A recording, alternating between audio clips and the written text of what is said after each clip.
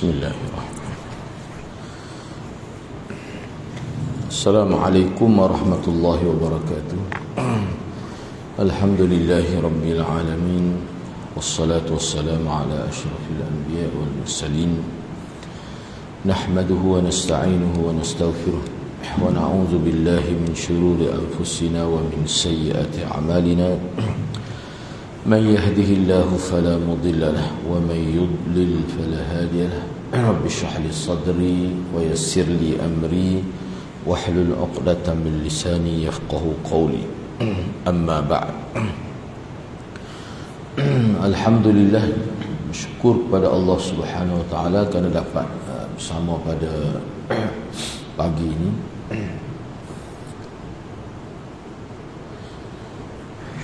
Tajuk pada pagi ini adalah tajuk yang ke-182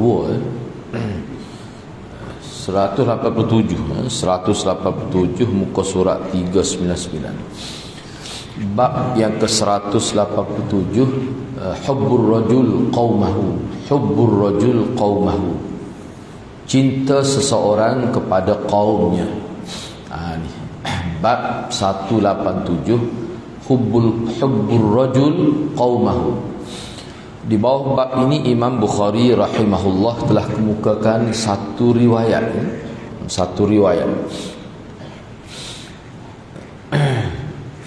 Kata Abbad Ar-Ramli, dia kata haddathatni imra'atun yuqalu laha Fusailah qalat sami'tu abi yaqul qultu ya Rasulullah aminal asabiyah an yu'ina ar-rajul qaumahu ala zulm qala na'am. Abbad Ar-Ramli menceritakan, dia cerita kepada Abdullah Ziyad itu. Jadi dia sebut, dia kata ada seorang wanita yang biasanya dia ni disebut dengan nama Fusailah. Dia cerita kepadaku, dia kata, aku mendengar ayahku berkata, wahai Rasulullah, apakah termasuk dalam fanatik ataupun kita kata asabiyah, termasuk dalam perkauman, apakah termasuk dalam fahaman perkauman ataupun termasuk dalam kita kata fanatik atau asabiyah apabila seseorang membela kaumnya di atas kezaliman? Maka Nabi jawab, ya, benar. Mana seseorang yang membela kaum dia, walaupun kaum dia itu melakukan kezaliman, walaupun kaum dia itu salah, walaupun kelompok dia itu salah, dia bela juga, itulah asabiyah jahiliyah. Itulah yang dimaksudkan asabiyah jahiliyah. Jadi mencintai suatu kaum tidaklah termasuk dalam asabiyah jahiliyah. Tetapi kalau seseorang itu dia tolong, dia bantu kumpulan dia, tim dia, puak dia, asabiyah dia, kaum dia, bangsa dia, walaupun kaum dia tu salah, walaupun bangsa dia tu salah, dia tolong juga atas dasar puak kita, atas dasar kaum kita, atas dasar bangsa kita. Dia ni anak beranak kita, ada pertalian darah dengan kita, atas dasar itu dia tolong, biar zalim pun, biar tak betul pun. Perbuatan itu adalah perbuatan haram, dan inilah yang dimaksudkan dengan asabiyah jahiliyah itu. Tak boleh begitu. Jadi maknanya dalam hadis ini ada larangan supaya kita jangan tolong seseorang yang melakukan kezaliman, jangan bantu dia. Cuma dalam hadis lain ada Nabi sebut unsur akhaka zalim awil mazlum. Misalnya ada hadis Nabi sebut unsur akhaka, tolonglah saudara engkau az-zalim yang melakukan kezaliman, awil mazlum atau yang dizalimi. Hadis itu sebenarnya bermaksud jadi kalau kita nak tolong orang zalim dalam bentuk macam mana? Memberi kesedaran kepada dia. Kita cuba sekat perbuatan dia itu supaya dia tidak meneruskan perbuatan zalim. Dengan apa cara sekalipun, dengan apa kaedah sekalipun, hak tu boleh. Maksud yang dimaksudkan tolong di sini dalam hadis ni, tolong maknanya mempertahankan dia atas dasar dia tu keluarga kita, atas dasar dia tu puak kita, walaupun dia salah, kita kata itu tak boleh. Itu tak boleh. Perbuatan itu termasuk dalam perbuatan yang haram. Baik, seterusnya bab yang ke-188, babu hijratir rajul. Bab hajaratir rajul, hajarah, bab apa ni, seseorang memulaukan orang lain. Itu maksud dia sebenarnya. Bab seseorang memulau orang lain. Pulau ni maknanya tak bertegur siapa, tak bercakap, kita kata. Itu maksudnya, pulau. Ni bahasa Kelantan ke, dia ada bahasa Kelantan. Nah, pulau ni dia tak ingat, dia ada khusus bahasa Kelantan. Dia pulau seseorang, tak cakap, orang tulis halal aku tak jawab. Baik, itu tajuk dia. Jadi di bawah bab ini Imam Bukhari kemukakan satu riwayat, anna Aisyah radhiyallahu anha haddathat anna Abdullah ibn Zubair qala fi bai'in aw ata'in a'tathu Aisyah wallahi latantahiyan Aisyah aw la ahjuranna 'alayha faqalat ahwa qala hadha qalu na'am qalat Aisyah fahuwa lillahi nadhrun alla ukallima ibn Zubair kalimatan abada fastashfa'a ibn Zubair bil muhajirin hina talat hijratuha حين طالت هجرتها إياه فقالت والله لا أشفع فيه أحدا أبدا ولا أحنث نذري الذي نذرت أبدا فلما طال على ابن الزبير كلم المسور ابن مخرمة وعبد الرحمن ابن الأسود ابن يغوث وهما من بني الزهرة فقال لهما أنشدكما بالله إلا أدخلتماني على عائشة فإنها لا يحل لها أن تنظر قطيعتي فأقبل به المسور وعبد الرحمن مشتملين عليه بأرديتهما حتى استأذنا على عائشة فقالا السلام عليك ورحمة الله وبركاته أندخل؟ قالت عائشة ادخلوا قال كلنا يا أم المؤمنين قالت نعم ادخلوا كلكم ولا تعلم عائشة أن معهما ابن الزبير فلما دخل ابن الزبير في الحجاب واعتنق عائشة وطفق يناشدها يبكي وطفق المسور وعبد الرحمن يناشدان عائشة إلا كلمته وقبلت منه ويقولان قد علمت أن رسول الله صلى الله عليه وسلم نهى عما قد علمت من الهجرة وأنه لا يحل لرجل أن يهجر أخاه فوق ثلاث ليال فوق ثلاث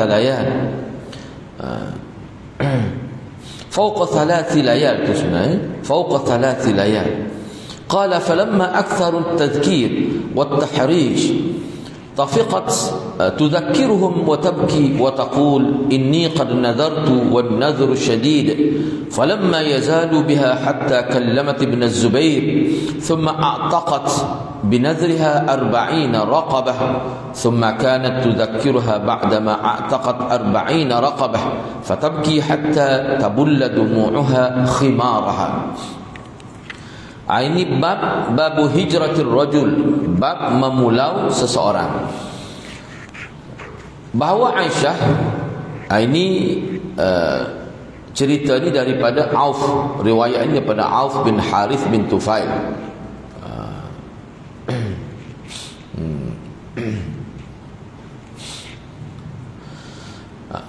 Ia adalah anak saudara laki-laki Aisyah dari sebelah ibunya. Dia menyebutkan bahawa Aisyah radhiyallahu anha menceritakan kepadanya bahawa Abdullah bin Zubair ni anak saudara dia, anak saudara adik kakak dia, Asma tu. Abdullah bin Zubair ni kan anak dara Aisyah juga, anak kakak dia Asma itu. Jadi dia cerita kepada anak dara dia sebelah saudara laki-laki dia lah, nama Auf tu. Dia kata, ni Aisyah cerita, dia kata Abdullah bin Zubair pernah mengatakan sesuatu berkenaan dengan pembelian atau pemberian oleh Aisyah untuknya.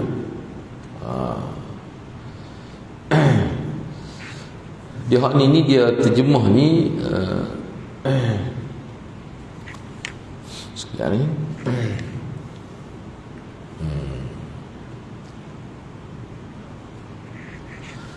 Jadi pernah Zubair ni macam dia kata sesuatu lah kira menyakitkan hati Aisyah ni.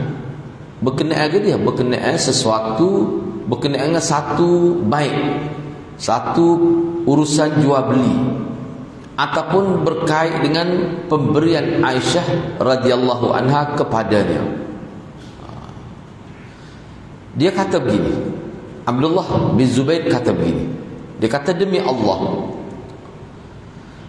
hendaknya Aisyah berhenti atau aku akan cegah dia, aku akan larang dia, aku akan cegah dia. Hendaklah dia berhenti membuat pembelian itu, atau berhenti daripada melakukan kurniaan atau pemberian itu.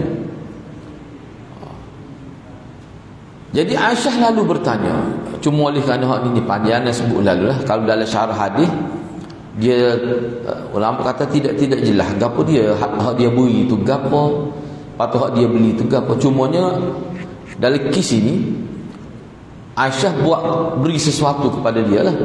Dan beri ni banyak. Dia kata saya akan cegah dia, saya akan larang dia kalau dia tak berhenti. Jadi di sini para ulama kata dia tidak hormat kepada Aisyah.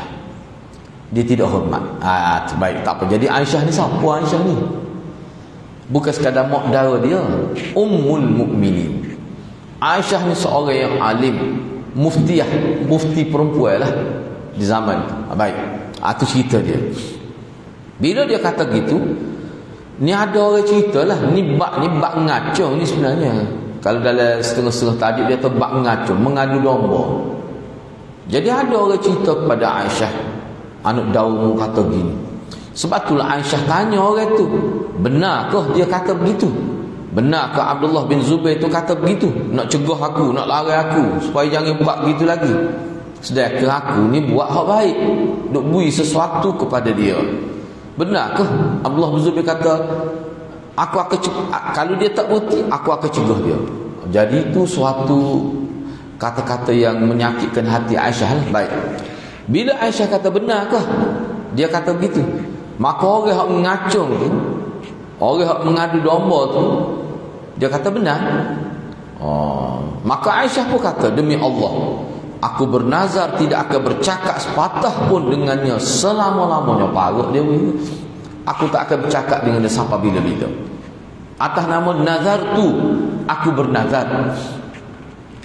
Ibnu Zubair, bila Ibnu Zubair tahu, Ibnu Zubair pun lalu minta maaf kepada Aisyah melalui perantaraan Muhajirin. Bila mana Aisyah lama tak cakap dengan dia, dia pun tahulah Aisyah marah. Aisyah radhiyallahu anha marah pada dia, pun minta orang Muhajirin tulis sapalah, dia minta maaf. Apa jawab Aisyah?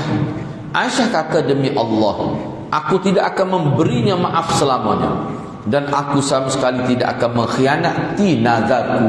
Sebab aku telah bernazar, maka aku akan patuh pada nazar aku. Jadi ketika hal itu telah lama terjadi pada Ibnu Zubair, lama makcik dia ni, makcik dia ni, makcik dia tak bercakap dengan dia. Ia kemudian berbicara kepada Miswar bin Makhramah dan Abdurrahman bin Al-Aswad bin Yaghuth, yang mana kedua-dua orang ini berasal daripada Bani Zuhrah. Ibnu Zubair kata kepada dua orang ini, aku bersumpah kepada kamu atas nama Allah, kalaulah kamu boleh mempertemukan aku kepada Aisyah, kepada makcik aku, Kerana ia tidak halal baginya. Tak boleh tu dia bernazar nak memutuskan hubungan dengan aku. Salah tu dalam agama gitu tu. Itu kata Ibn Zubair. Maka Miswar dan Abdul Rahman pun pergilah bertemu dengan Aisyah dengan menggunakan selimut. Ni selimut dia tutup muka. Ridak ni kain yang dia gunakan atas pada di kepala tubuh ni. Hak duduk di atas ni dia panggil ridak. Kalau kita lah ni bahasa kita guna kain sebal lah kita kata. Guna kain sebal ke tutup muka gitu. Keduanya meminta izin kepada Aisyah radhiyallahu anha. Kedua-duanya berkata, Assalamualaikum warahmatullahi wabarakatuh. Bolehkah kami masuk? Dia minta izin nak masuk, nak bertemu Aisyah. Aisyah pun jawab, masuklah. Masuklah. Maka keduanya tanya lagi, kami semua boleh masuklah? Soalan gitu. Apakah keizinan ini untuk semua kami ni? Wahai Ummul Mukminin? Aisyah pun jawab, ya, masuklah kamu semua. Kamu semua masuklah. Jadi Aisyah tidak tahu bahawa rupanya Ibn Zubair ada juga bersama mereka berdua. Ni dia kaya halah lah. Aisyah ingat kedua orang tu yang nak masuk ni, rupanya dia ada 3 orang. Sebab tu dia tanya, bolehkah kami masuk semua? Aisyah kata boleh. Rupanya kami tu bukan dia 2 tu ya, termasuk Abdullah bin Zubair. Ni halah lah. Trik dia. Jadi ketika mereka masuklah bersama mereka berdua itu Ibn Zubair dalam keadaan mengenakan kelubung hijab. Dia tutup muka dia supaya makcik dia tak masuk, tak nampak. Bila dia masuk dalam rumah makcik dia, dalam keadaan dia letak kain tutup muka tu lah, ridak itu. Lalu dia merangkul, dia memeluk Aisyah sambil menangis. Jadi Abdullah bin Zubair bila dia masuk tu dia peluk Aisyah. Moga Aisyah ni mak saudara dia. Miswar dan Abdul Rahman mula berbicara kepada Aisyah. Tetapi Aisyah tidak menjawabnya, bahkan tak berpaling pun kepadanya. Kepada kedua orang, Miswar dan Abdul Rahman. Lalu kedua-dua mereka berkata, sesungguhnya engkau telah mengetahui wahai Ummul Mukminin bahawa Rasulullah sallallahu alaihi wasallam melarang dari perbuatan tidak bertegur sapa, dan bahawa tidak halal seseorang memulau saudaranya melebihi 3 malam. Fauqa 3 ayyam, melebihi 3 malam. Jadi kedua-duanya terus berbicara kepada Aisyah. Sehinggalah akhirnya Aisyah mula berbicara kepada Ibn Zubair. Jadi bila 2 orang nasihat ke dia, maka dia pun mula bercakaplah. Kemudian Aisyah radhiyallahu anha selepas daripada itu, beliau telah memerdekakan 40 hamba untuk membatalkan niatnya, untuk membatalkan nazar dia sebagai denda. Kemudian ia ingat selepas tu, cerita ni selepas tu, bila dia ingat kisah ni, Aisyah ni setiap kali dia ingat kisah ni, sehingga dia buat silap, sehingga dia memerdekakan 40 orang hamba, dia menangis hingga air matanya membasahi ni penutup muka dia, tudung dia, khimar tu tudung penutup muka dia. Sehingga jadi basah. Dia sedih sangat. Baik, anda nak sebut gini, dalam syarah hadis dia sebut, dia kata, jadi perbuatan Aisyah ni dia telah bernazar, dia tak sip cakap dengan anak saudara dia yang bernama Abdullah bin Zubair. Apa kesalahan Abdullah bin Zubair ni? Kesalahan dia kerana dia telah berkata sesuatu yang tidak layak kepada mak saudaranya. Apa yang dikatakan oleh Ibn Zubair ni sebenarnya dia bukan kata kepada Aisyah direct, dia sebut pada orang lain. Ni cerita dia ni.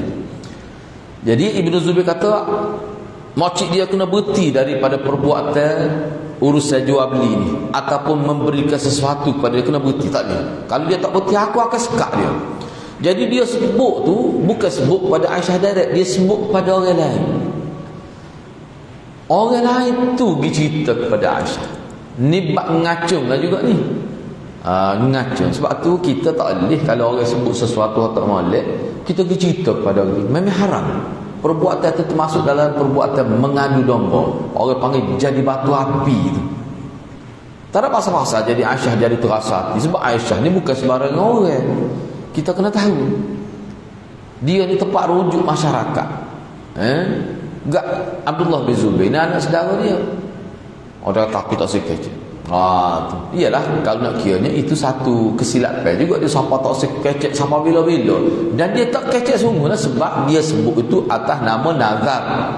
Atas nama nazar. Gitu cerita dia. Tak apalah. Jadi hak ni tidak ada huraian yang banyak. Itu satu cerita. Jadi daripada hadis ini ulama buat kesimpulan bahawa kita boleh memulau seseorang lebih daripada 3 hari kalau ada kemaslahatan. Jadi mengikut ulama dalam kisah ni Aisyah tidak salah. Sebab apa? Sebab dia memulau Abdullah bin Zubair itu kerana Abdullah bin Zubair ni telah melakukan sesuatu yang tidak baik. Itu maksudnya. Sebab tu Abdullah bin Zubair minta maaf. Itu satu hal. Itu satu poin. Poin yang kedua, hadis ni juga mengisyaratkan kepada tidak harus dalam agama kita bila seseorang cerita kepada kita, kita pergi cerita kepada orang itu. Misalnya ada orang cerita kepada kita, dia tu tak pernah nampak mari semaya Jumaat. Kita tu nak buat lagu mana? Orang tu cerita, tu kada ada kecek tu nak buat lagu mana? Tiba-tiba dia pergi cerita pada dia kata ustaz tu duduk ayat orang kata dia mau tak mari masjid. Itu isu dia sini. Sebab tu ulama dalam syarah hadis As-Sailul Murajjab tu Najili itu dia kata para ulama buat kesimpulan daripada hadis ni tak boleh kita mengadu domba, kita tak boleh. Jadi perbuatan Abdullah bin Zubair tu ialah tak kenalah. Memang tak kena. Cuma menyampaikan maklumat kepada Aisyah atas nama mengadu domba, mengacung, hak tu tak boleh. Dan kalau tidak ada orang sapa kepada Aisyah ni, dia tak akan jadi nikis ni. Dia tak akan jadi. Sebab itulah kita kena berhati-hati. Kadang-kadang kita duduk bercakap, kita duduk saing, ni ada kecek sebut tentang, mesti ada. Walaupun kita bukan maksud nak mumpak, cuma kadang-kadang kita sebut tu atas dasar kesal, kenapa tak mari masjid ni. Kadang-kadang kita kecek sama kita, mesti ada tu. Patut boleh ke kita nak cerita kepada tuan dia, kepada orang itu tak boleh. Inilah yang berlaku kepada Aisyah. Akhir sekali balahlah. Kita kata berlakulah sedikit salah faham. Akhir sekali Aisyah memula Abdullah bin Zubair. Dan sebenarnya ni mengikut ulama lama dia tak kecek dengan Abdullah bin Zubair, sehingga Abdullah bin Zubair rasa cukup bersalah lah. Sebab makcik dia ni orang lain, bukan makcik main-main, tidak ni. Sebab itulah, jadi dia nak pergi jumpa pun Aisyah tak sejumpa. Sebab tu dia minta pertolongan orang Muhajirin. Tak sah juga. Lepas tu dia pergi minta dengan tu Miswar, dengan Abdul Rahman tadi, minta tolong. Biar cuba atur pertemuan antara dia dengan makcik dia. Sebab tu dia tutup muka tu. Kalau makcik dia tahu, makcik dia tak buka pintu tu. Seolah-olah begitulah. Jadi kena berhati-hati. Kata Imam Khattabi, memulau ataupun pemulauan yang dilakukan seorang ayah terhadap anak dia sebab nampak anak dia ni derhaka pada dia, anak dia ni tak dengar kata, dia pulau tu dengan maksud untuk memberi kesedaran kepada anak dia. Suami pulau isteri dia kerana sebab yang munasabah, dan sesiapa sahaja yang kedudukannya seperti kedudukan mereka dalam rangka mendidik. Mana kalau kita pulau tu kerana nak beri pendidikan, misalnya kuat dah mengupak ni, kuat dah duk fitnah orang, kita pun tak sekecek dengan dia, kita tak sekecek dengan dia, kita pula dia tegur pun kita tak jawab, dengan tujuan supaya dia insaf. Itu maksud dia. Itu tak apa. Mana dalilnya? Dalil perkara ini pernah berlaku pada Nabi sendiri. Dia telah tidak bercakap dengan isteri dia selama 1 bulan kerana ada lelaki tu duk balas sama-sama madu ni. Maka Nabi pun pula sampai sebulan tak sekecek dah. Kalau kita nak ambil lagi isu Ka'ab bin Malik, isu Ka'ab ni isu apa? Peperangan Tabuk itu. Peperangan Tabuk dalam Quran pun sebut tu sampai 50 hari nah. Sampai 50 hari 3 orang ke Zurarah. Nah, Ka'ab bin Malik, Zurarah sekali lagi. Nama sekali dia 3 orang kan. Dalam dia panggil puak-puak yang takhalluf dalam peperangan. Nama apa? Tak ingat sekali lagi. Dia Ka'ab bin Malik, orang ni orang muda ni, orang tak nikah lagi, orang dua lagi nikah dah. Zurarah, nama apa? Umayyah, bukan Umayyah, ada saudara. Silapnya dia 3 orang. Tak apalah ceritanya gini. Hanya dalam Quran sebut. Ya takhallafuna, mereka ni kalau bahasa Kelantan agak jadi terlepas, tak boleh ikut serta dalam kerana kimakna, kerana melengah-lengahkan. Akhir sekali tertinggal. Maka tak gilah perang. Padahalnya sudah buat persiapan je. Jadi Nabi pula tak bercakap. Bahkan sampai hari berapa? 15, hari ke-15 Nabi suruh berpisah dengan isteri. Teruklah. Siapa dia tegur Nabi, wishala Nabi tak jawab, dia mari ikut Nabi panggil lah kalian sampai 50 hari sehinggalah turun ayat Al-Quran membersihkan dosa mereka. Itu juga hal tu pula berat lagi lah 50 hari. Sehingga kata dia berasa sempit dunia ni, susah hati dia. Bila tapi turun ayat Quran membersihkan, memberi kemaafan kepada dia. Siapa Ka'ab bin Malik ni apa ni, wakah tanah nah. Di apa ni, tanah di Khaybar itu. Saya nak pergi pada Rasulullah, tanah ni wakah untuk umat Islam. Umat Islam gunalah nak wakah dia pun. Bapa gembira sangat dia. Nabi kata, patutlah ke mana? Tak ada tanah mu. Dia kata, saya ada lagi 2 keping tanah dia. Rupanya dia ada 3 keping tanah. Makna dia sebagai nak didik diri dia daripada buat salah tu sampai dia sanggup wakah tanah dia, beri tanah dia. Baik, jadi maknanya boleh. Tapi niat tu kena pastikan kerana Allah, dan niat tu mesti dipastikan kerana kemaslahatan agama, bukan kerana isu peribadi. Tidak.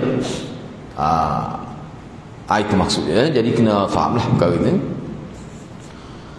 Jadi hak kata tak boleh, tidak bertegur sapa melebihi 3 hari, tidak halal, makna berdosa, hak tu bukan kerana sebab yang munasabah mengikut syariat.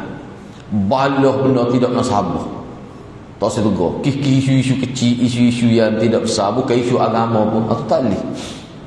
Kena berlapis dada. Kena berlapis dada. Kita sama kita dengan isteri kita, dengan anak, dengan ibu bapa ni mesti ada tak belagak angin tekih jari-jari. Tak boleh kita tu. Janganlah siapa perkat kita tak kecek, kita pulau dia, tak pergi rumah dia. Jangan gitu. Sebab apa? Sebab dia boleh merosakkan hubungan. Kalau lama sangat dia jadi malu ada. Takut jadi gitu. Baik, seterusnya bab yang ke-189, 189, memulau seseorang muslim. Mendiamkan tu maksudnya memulau seseorang muslim. Jadi tajuk ni kalau kita tengok tajuk 188 tadi, 188 memulaukan seseorang. Seseorang itu tak kira siapa, Islam ke tidak Islam ke, tak boleh sebenarnya, tak boleh. Ni khusus pada orang Islam pula. Sebab tu dalam syarah hadis disebut sebenarnya lebih kurang ya maksud dia ni. Ada lah, cuba tengok. Di bawah tajuk ni, di bawah tajuk memulau seorang muslim, Imam Bukhari kemukakan 6 riwayat. 6 riwayat. Riwayat pertama iaitu riwayat yang ke-398. An Anas bin Malik anna Rasulullah sallallahu alaihi wasallam qala la tabaghadu wa la tahasadu wa la tadabaru wa kunu ibadallahi ikhwana wa la yahillu li muslim an yahjura akhahu fawqa 3 layalin. Diriwayatkan daripada Anas bin Malik bahawa Rasulullah sallallahu alaihi wasallam telah bersabda, janganlah kamu saling membenci, janganlah kamu saling berdengki, dan janganlah kamu saling saling berpaling, tidak bertegur sapa tu maksud tadabaru. Bila jumpa orang paling belakang lari, jangan begitu. Ataupun kalau kita nak terjemah mudah, wala tadabaru, jangan kamu tidak bertegur sapa. Itu lebih mudah lagi.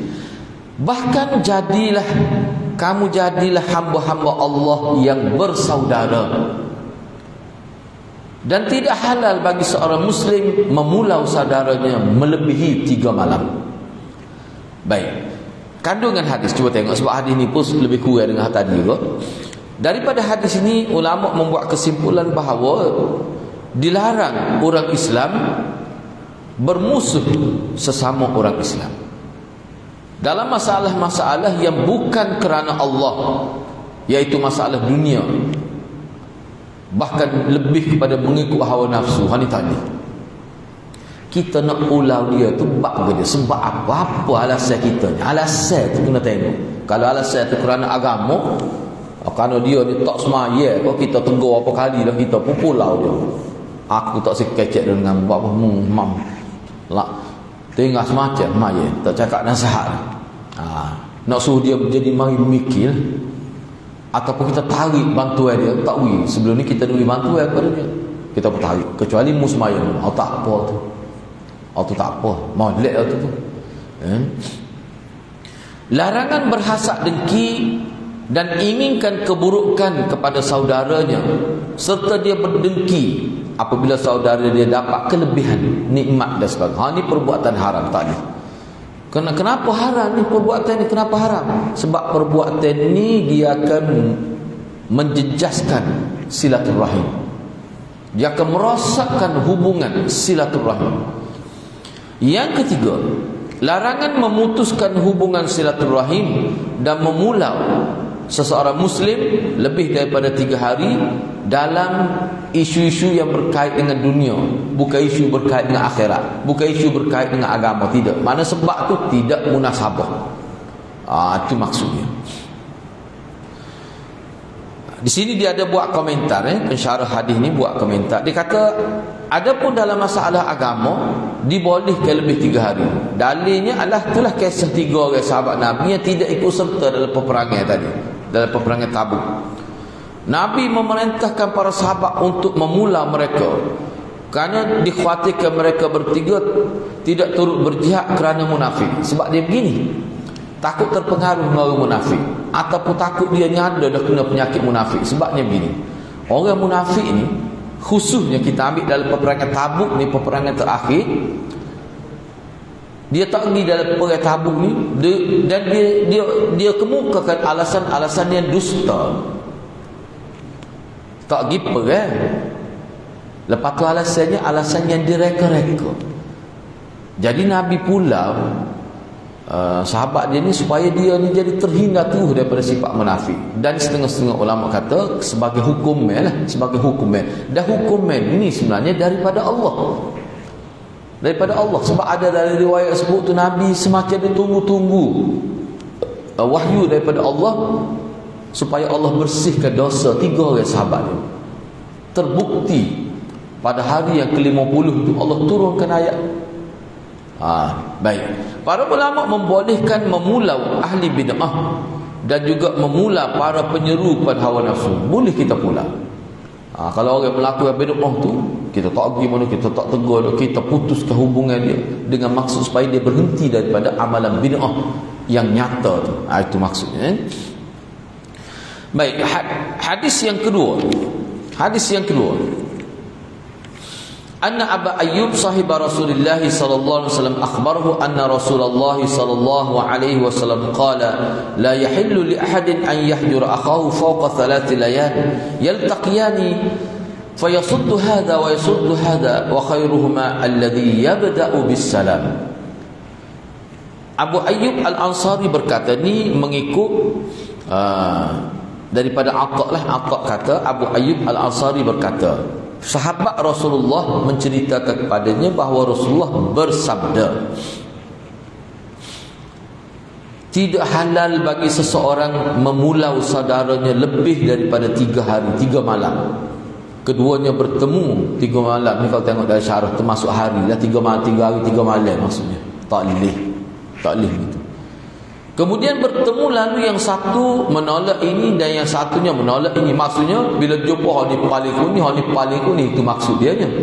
Bila jumpa tu tembung tu, hak ni paling kuning. Orang panggil badi tolak belakang tu. Itu maksudnya. Dan yang lebih baik, hak sepatutnya, hak lebih baiknya di antara kedua yang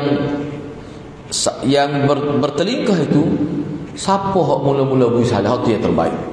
Jadi sesiapa yang memulakan Assalamualaikum, dialah yang terbaik.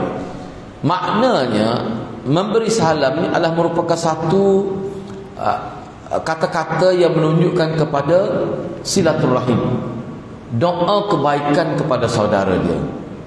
Jadi daripada hadis ni, mana kita, kalau kita ada timbul perasaan benci, perasaan tak puas hati, rasa nak marah, dengan bui salam tu dia boleh hilang tu perasaan tak molek. Kadang-kadang Assalamualaikum, kita bui salam kepada sahabat kita, hilang perasaan nak marah. Itu tujuan ni. Hilang perasaan benci, tak kecek 2-3 hari jadi hilang.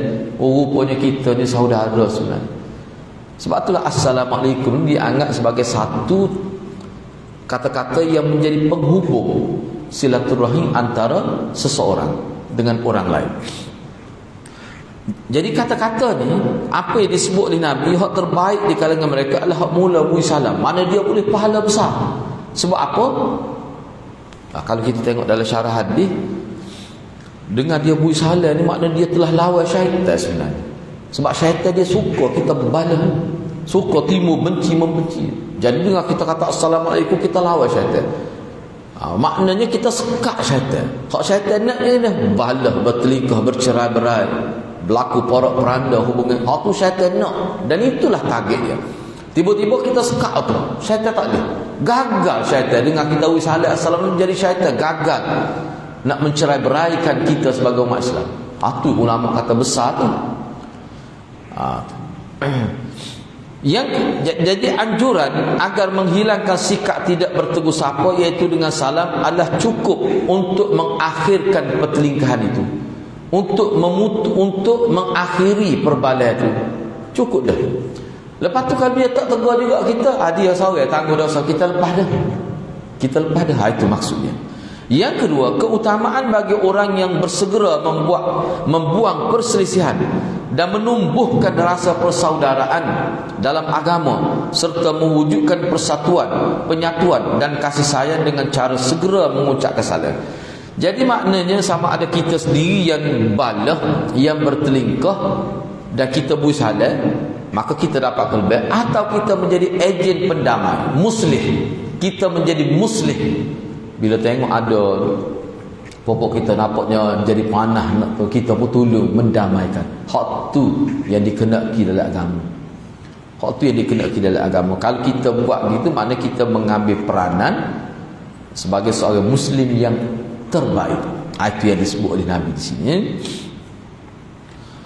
Daripada hal ni, kalau kita baca ni setakat 2 hadis kita baca, kita nampak nilai hadis di muka. Kita nampak agama kita ni, dia nak kita ni baik. Dia nak kita ni sentiasa dalam keadaan baik sangka. Dia nak kita ni dalam keadaan mesra. Tu kehendak agama kita. Dia taksim, Allah taksim. Sebab tu lah, walaupun hadis ni ulama kata dhaif, tetapi maksud dia diterima oleh ulama. Apa dia? Perceraian. Suami isteri yang bercerai halal, tapi Allah benci. Hadis ni dhaif.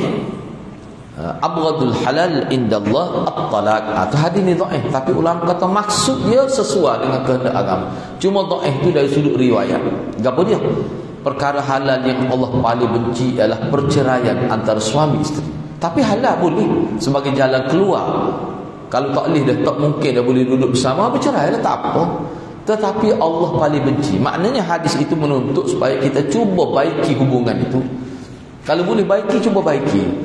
Kalau tak boleh baiki antara suami isteri itu, dia kena cari pihak ketiga untuk menyelesaikan masalah seboleh-bolehnya. Tapi kalau tak boleh juga, boleh bercerai, halal. Tapi Allah tak suka sebenarnya. Itu yang dimaksudkan. Baik, seterusnya hadis yang ketiga. An Abi Hurairah anin Nabi sallallahu alaihi wasallam qala la tabaghadu wa la tanafasu wa kunu ibadallahi ikhwana. Daripada Abu Hurairah, beliau berkata, Rasulullah pernah bersabda, janganlah kamu saling membenci dan janganlah kamu saling bersaing dengan persaingan yang tidak baik. Persaingan ni ada juga persaingan yang sehat. Istilah orang kita lah, kita nak bersaing. Orang panggil nak berlumba, nak badi. Bahasa Kelantan nak badi, boleh nak badi. Tapi badi itu badi bersaing dalam rangka yang sehat, yang ma'ruf, bukan mungkar. Kita tengok dia hebat nego jaya, kita pun nak jadi gitu juga tanpa ada niat buruk. Boleh. Waktu dia tidak panggil berdengki tu, dia tidak panggil ghibtah tu. Ghibtah ni dia kita nak terima dalam bahasa Melayu kita. Persaingannya sehat lah. Mudahnya persaingan sehat. Kita tengok dia tu anak dia berjaya, kita pun timbul dengki, kita pun kita tanya dia, buat dia mau buat anak dia mau jadi molek. Kita pun buat juga, nak biar lebih pada anak dia. Lepas tu tak apa gitu. Tu orang panggil persaingannya sehat. Tu termasuk dalam fastabiqul khairat. Tu termasuk dalam fastabiqul khairat. Tu boleh. Kalau dia dikatakan persaingan tidak sehatnya, kita tak suka dia dapat kebaikan. Kalau boleh hilang lagi molek, kita kata perasaan kita tu tadi. Kalau mari perasaan begitu, hadirin dan hadirat, cepat-cepat kena kata dalam hati, a'udzubillahi minasyaitanirrajim. Minta berlindung pada Allah daripada syaitan. Sebab syaitan yang menimbulkan perasaan itu. Baik.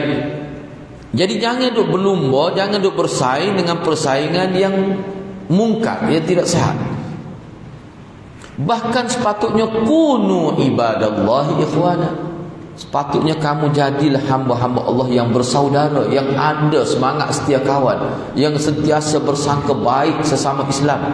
Hak tu yang dikehendaki dalam agama. Kalau ada sikit-sikit apa tak molek tu, cuba hilangkan, cuba buat. Tu. Baik. Yang ketiga, hadis yang keempat. An Anas anna Rasulullah sallallahu alaihi wasallam qala ma tawaddathnani fi fillah jalla wa azza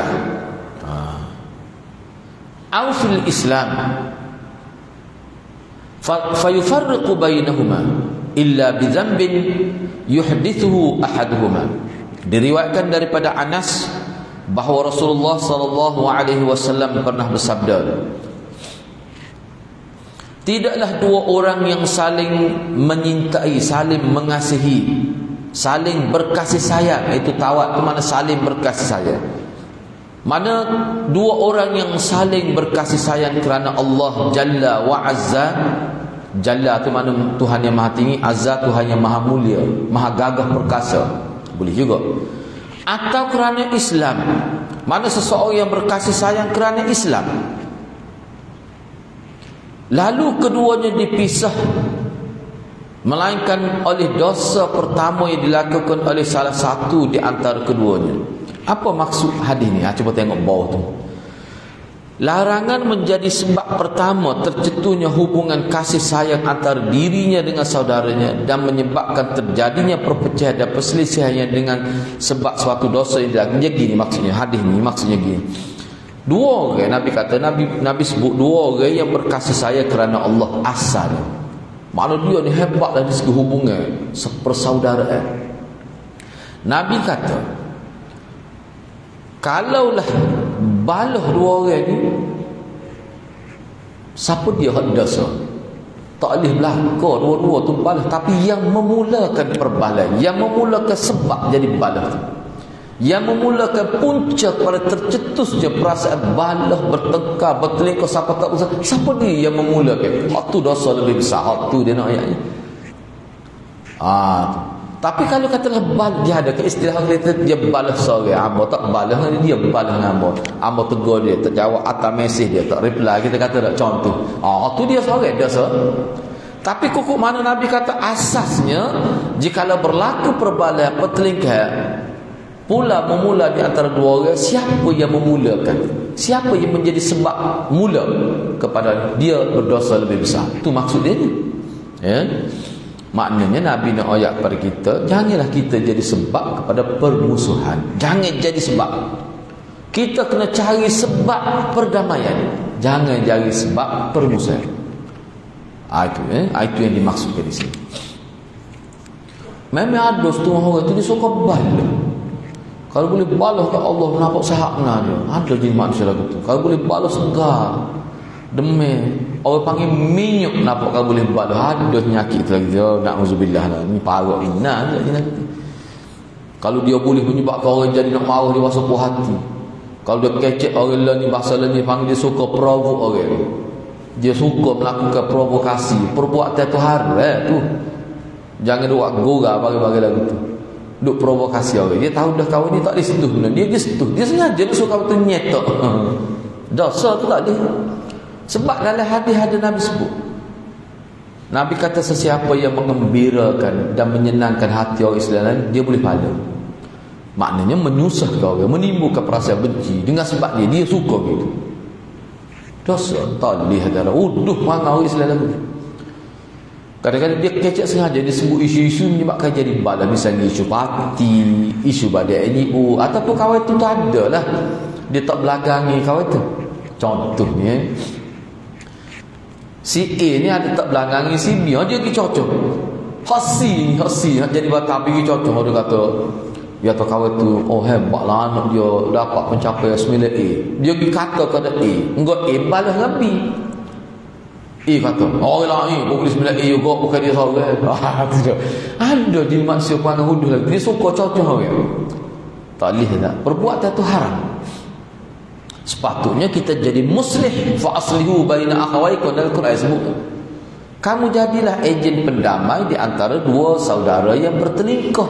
Tiba-tiba dia pula jadi duduk orang panggil duduk itu minyak supaya tubi api, nampak berasak gitu, dia pula buat jadi tubi api. Berdosa besar. Sebab dia ni, inilah kita bincang, dia jadi punca, dia berdosa. Tak boleh kita.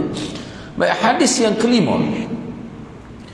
Sami'tu Hisham bin Amir al-Ansari ibn Ammi Anas bin Malik wa kana qutila abuhu yawma Uhud annahu sami'a Rasulullah sallallahu alaihi wasallam qala la yahillu li muslim an yusarima musliman fawqa thalathin fa innahuma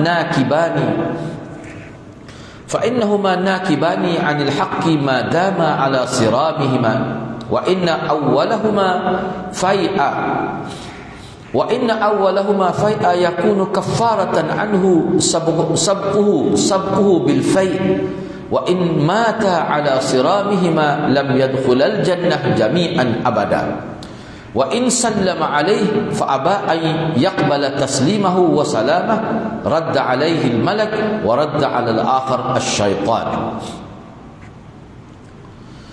Aku mendengar Hisham bin Amir al-Ansari.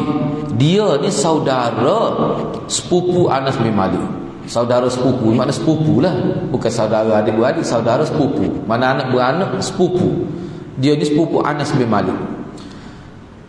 Jadi dia ni Hisham ni, ayah dia Amir ni mati dalam peperangan Uhud. Ayah dia ni gugur dalam peperangan Uhud. Mana mati lah, dalam peperangan Uhud. Bahawa dia mendengar ni Hisham ni, dia kata dia dengar Rasulullah sallallahu alaihi wasallam bersabda, tidak halal bagi seorang muslim tidak bertegur sapa, tidak bertegur sapa kepada seorang muslim lainnya melebihi 3 hari. Tadi sebut 3 malam, ni 3 hari. Mana 3 hari 3 malam dah campur hadis tu. Kerana sesungguhnya keduanya berada dalam keadaan menjauhi kebenaran. Jadi orang yang balah tidak bertegur sapa ni, dia ni berada dalam posisi menjauhi kebenaran. Selama keduanya saling tidak bertegur sapa, saling kalimah saling tidak bertegur sapa. Dan yang pertama bertegur, dan yang pertama memulakan proses perdamaian menjadi tebusan. Makna dia akan lepas dosa dia. Seolah dia tebus dosa dia tu kerana dia yang memulakan bui salat, dia memulakan untuk berdamai. Orang yang berusaha dan dia yang memulakan perdamaian, Allah hapuskan dosa dia, Allah hilangkan dosa dia. Tetapi sebaliknya, jika kedua-duanya meninggal dunia dalam keadaan tidak bertegur sapa dan tidak ada usaha nak memperbaiki hubungan, keduanya tidak akan masuk syurga selama-lamanya. Parah hadis ni sahih. Riwayat di Imam Ahmad, hadis ni sahih. Tak apalah, kita baca dulu. Jika dia memberi salam kepadanya, namun yang seorang lagi tidak mahu jawab, maka malaikat akan jawab salam dia. Sedangkan yang seorang lagi itu, dia akan dijawab oleh syaitan. Mana syaitan akan jadi rakan dia, tidak malaikat. Kalau kita perhatikan hadis ni, poin dia, siapa Nabi kata tak akan masuk surga sampai bila-bila. La yadkhula al-jannata jami'an abada. Tak masuk surga sampai bila-bila. Apa maksud dia? Sedangkan kaedah umum dalam agama kita, hak tak masuk surga ni hak kafir. Sebab tu dalam fikih ni setengah ulama mengatakan bahawa yang dimaksudkan tak masuk surga ni kalau kedua menganggap halal tu perbuatan tu. Kalau mereka menganggap halal perbuatan balah tak bertegur sapa, menganggap halal perbuatan memutuskan silaturahim, dia anggap halal, kerana tu dia kafir. Sebab tu dia tak masuk surga sampai bila-bila. Tetapi kalau dia menganggap haram, memang dia anggap haram, dia tidak menghalalkan. Dia tidak kata memutuskan silaturahim ini halal, dia tak kata. Maka dia dikira sebagai pelaku maksiat. Kalau hak tu dia tidak kekal, tidak termasuk dalam maksud hadis ni. Itu maksudnya.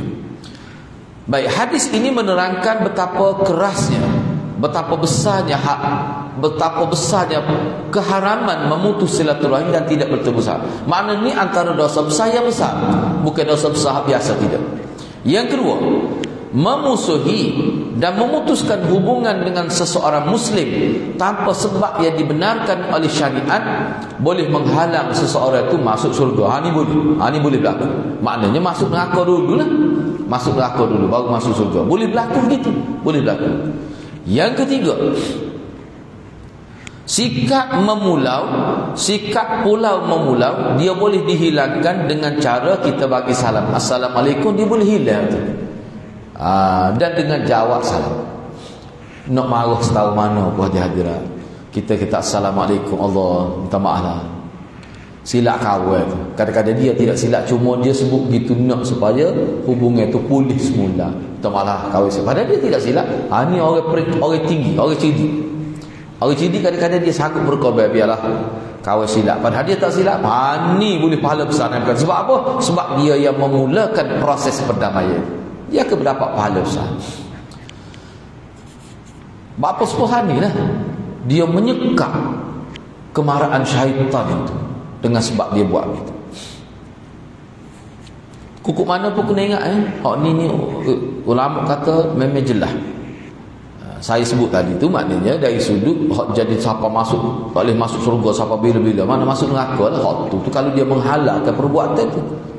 Tapi kukuk mana pun betul yang disebut sini memang tepat. Orang yang suka memutuskan silaturahim ini susah nak masuk surga, payah nak masuk surga, ada halangan untuk masuk surga. Jangan main-main lah. Baik, kita habiskan hadis yang terakhir. Hadis yang ke-403. An Aisyah radhiyallahu anha qalat qala Rasulullah sallallahu alaihi wasallam inni la a'rifu ghadabak wa ridak. Qalat qultu wa kaifa ta'rifu dhalika ya Rasulullah? Qala innaka idza kunti radiyatan qulti bala wa rabbi Muhammad wa idza kunti sakhitah qulti la wa rabbi Ibrahim. Qalat qultu ajal lastu uhajiru illa ismak. Daripada Aisyah radhiyallahu anha, dia berkata, Rasulullah sallallahu alaihi wasallam telah bersabda, aku mengetahui marahmu dan redamu. Aku mengetahui tentang marahmu dan redamu. Aisyah berkata, aku katakan, bagaimana engkau mengetahuinya wahai Rasulullah? Maka Nabi berkata, mula-mula Nabi sebut pada Aisyah, aku tahu masamu marah, masamu tak marah tu. Dia kata gitu. Wahai Aisyah, aku tahu masamu marah, masamu tak marah, aku tahu. Aku boleh kenal masamu marah, masamu tidak marah, masamu suka, masamu sayang, aku kenal. Maka Aisyah berkata, bagaimana engkau mengetahuinya wahai Rasulullah? Maka Nabi berkata, jika engkau reda, engkau mengatakan benar demi Tuhan Muhammad, dan jika engkau marah, engkau mengatakan tidak demi Tuhan Ibrahim. Aisyah berkata, aku kata kepada Nabi, benar, aku tidak menjauhi kecuali namamu. Tu. Maknanya Aisyah kata, ketika aku marah ni, dia tak sanggup nak sebut nama Nabi tu. Kalau dia dalam keadaan syukur, dia kata demi Tuhan Muhammad. Tapi bila dia marah, dia tak sebut nama Nabi. Sebab marah ni tak model sebenarnya. Kalau dia nak marah, dia guna demi Tuhan Ibrahim, Tuhan Nabi Ibrahim lah. Maknanya dia hormat sungguh pada suami dia, Nabi Muhammad ni. Jadi Nabi pun tengok aja kali, kalau dia marah, kalau dia bersumpah ketika dia marah demi Tuhan Ibrahim. Tapi kalau dia dalam keadaan redha, dalam keadaan senang hati, dalam keadaan saya demi Tuhan Muhammad. Nabi kata aku cek kata-katamu. Kalau mu marah mesti mu kecek gini. Rupanya Aisyah kata aku tak suka lah nak kecek bab-bab marah, nak sebut namamu demi Tuhan Muhammad. Dia ayat gitu. Tak ada hormat pada suaminya. Baik, cuba kita tengok kandungan hadis ini sebagai poin terakhir. Boleh memula dengan cara tidak menyebut nama atau dengan tidak menampakkan wajah ceria, tetapi tetap memberi salam jika terjadi saling marah antara anggota keluarga dan saudara. Ayatnya bila kita boleh kita nak pula seorang tapi kita tak sebut nama dia, akak pula orang gitu. Itu yang disebut di sini. Ataupun tidak menampakkan wajah. Dia ginilah mudahnya. Bila kita nak marah, kita nak pula seorang, kita tunjuk muka kita merah-merah, tak salah tu. Muka nak marah. Sebab Aisyah bila nak marah guna nama demi Tuhan Ibrahim. Dengan muka merah, tak apa gitu. Bahaya kalau marah senyum. Dia nak marah tapi dia senyum. Masalah besar ni. Supaya orang bila dia gembira sangat, dia jerit. Sama gitu. Bahaya tu. Sebab kalau marah ni reaksi dia berbeza. Suka terhadap sesuatu, reaksi berbeza. Itu tak apa. Mana bila kita semua habis di sahabat kata, Nabi ni kalau dia marah, muka merah-merah, mata merah. Tak apa tu, itu sifat fitrah. Tidak jadi kesalahan tu. Jadi memberi salam itu dia boleh menghilangkan kemarahan. Sebab itulah salam ni kata-kata, kalau kita perhati baca dalam hadis, Assalamualaikum ni kata-kata ni dalam syurga pun digunakan. Assalamualaikum. Baik. Marah boleh bagi Aisyah kepada Nabi kerana adanya rasa cemburu yang merupakan hal yang wajar bagi kaum wanita. Cemburu itu tidak muncul melainkan kerana rasa cinta yang amat besar, dan marah tidak harus benci dan marah tidak harus benci. Ini maksudnya beginilah. Marah dengan benci ni berbeza. Nabi nak ayat sini. Marah dengan benci ni berbeza. Kita marah pada anak, marah pada suami, marah pada isteri, ada sebab tak apa tu. Hak benci tu tak sih. Sebab benci ni dia akan kesal tu lama, jadi tak molek. Marah tu tak apa. Sebab Aisyah ni kalau dia marah, dia sebut ya Rabbi Ibrahim, wahai Tuhan Ibrahim. Tapi kalau dia suka, ya Rabbi Muhammad. Tapi dia tidak benci. Itu yang dimaksudkan dalam hadis ni. Jadi maknanya marah tu sifat biasa, dan kadang-kadang dia perlukan dalam keadaan-keadaan tertentu. Tak apa, cuma jangan benci. Jangan benci. Orang kita pun biasa kawan marah ni bukan benci demo, benci keperangan demo. Orang kita pun biasa guna gitu. Gitulah hati-hati.